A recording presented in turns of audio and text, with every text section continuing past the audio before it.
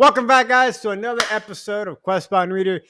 It is that day of the week, the awesome day where videos are released. Guys, what a week. Listen, all right, so I was in a reading slump and I had no idea what to read. I have an ever exhausting TBR that never goes down. So I asked my sister, I was like, here, just pick out a random book for me.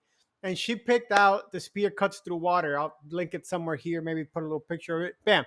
I started reading the book 13% and I was like, this is definitely not going to fly with me. I absolutely hated the way that the book was written. It just wasn't for me. I DNF'd it at that exact moment and I was like, all right, pick another book. So she picked the Rise of the Ranger, and I'll also add a little picture of it right here. This book was marginally better. I paused it. I just maybe wasn't in the right mood to read a book like this, so I didn't want to give it a bad review or a bad I don't know. I felt like I could get into it given the right time and the right the right mood, but I paused it in my shelf. All right, this is where I started going down the ever ending spiral of what the heck am I going to read? Because I need to read something. I needed to read something. And I was going through my YouTube videos of the people that I follow, and Matt's book reviews has been one of my greatest inspirations since I started reading.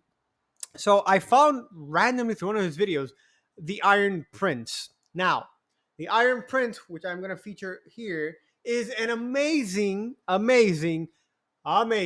book. It's a 5 out of 5 stars for me. It is what I was looking for and more. It is a progression fantasy with martial arts, awesome classes, awesome fantastical elements, awesome world, and it's complex. It's political, slight bit of hidden romance for all you people that are into that. And it's just a good fighting book.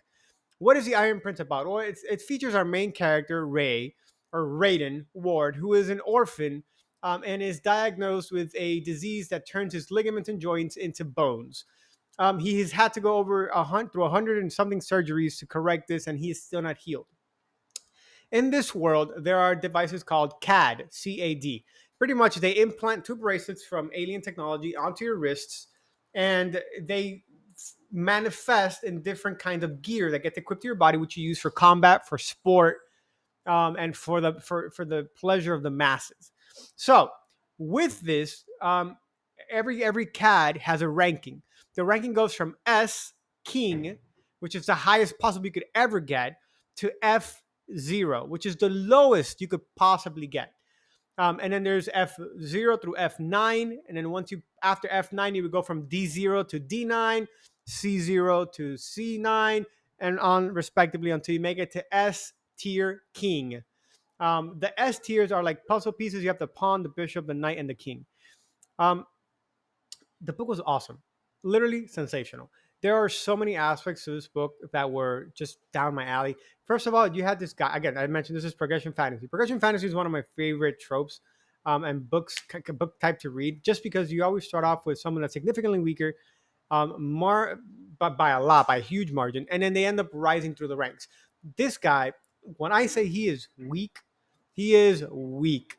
He is a skinny 5'6", around 5'6", scrawny guy who is placed with his best friend Viv, who is about 6 inches taller than him and a much better fighter. Through these tournaments, through these fights in their school, where eventually they qualify to take the CAD placement exams. You have to pass three tests: a written portion, a physical portion, and a psychological portion. Ray scores the top scores in the written part. He fails miserably the physical part, which means he couldn't qualify for the third exam. But someone overrides this exam for him. The Mind, in capital, it's an acronym, is an intergalactic supercomputer that processes everything for the humans, right? And they are at constant war with the Archons, who are an alien technology, alien species that is trying to take over the universe.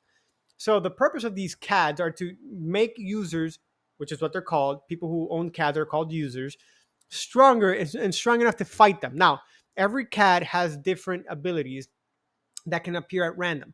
Every CAD is also subgrouped into different specs. You have the Lancers, you have the Phalanx, you have the Maulers, you have the Sabers, you have the Duelists. and you have the A type, which are atypicals. Ray, after he finds out that the mind is the one that overwrites his physical portion, is presented with an option to be a guinea pig for a new something that the mind is trying to create to test out to see if it can gather more information and evolve.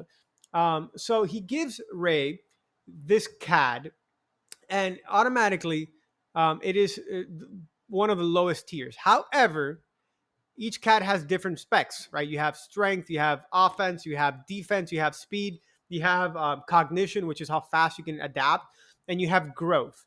Now, these go from rank F all the way to rank S. Ray has everything at F0 except for growth, which he has an S, which is the only case ever known to have ever happened of someone starting off with an S. Thus begins his struggle into getting into the most prestigious school that he can get into with his best friend, meeting unlikely friends and growing, right, as an individual. Once he gets there, nobody wants him there. Everybody scoffs at him. They smirk at him. Nobody wants him there because he doesn't qualify. He doesn't meet the standard, and he is truly an underdog. So he, as such, begins the climb up the hierarchy, up the ladder, up the specs into what he wants to achieve, which is being the best, right? And this is the only chance he gets with the CAD placed in him. His CAD's name is Shido, which means seed. He attracts the attention of someone who kind of vouches for him to get into the academy and oversees him, and she is an S class knight rank, which is the second highest rank in the world, or in the universe, in the galaxy.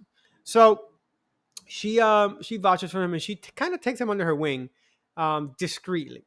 Now, Ray and Shido go through a lot of things. They meet a lot of nice people, and they fight a lot of crappy people. You're gonna encounter in this book. I'll start you off with what you least expect, and that is a slight, very slight romance.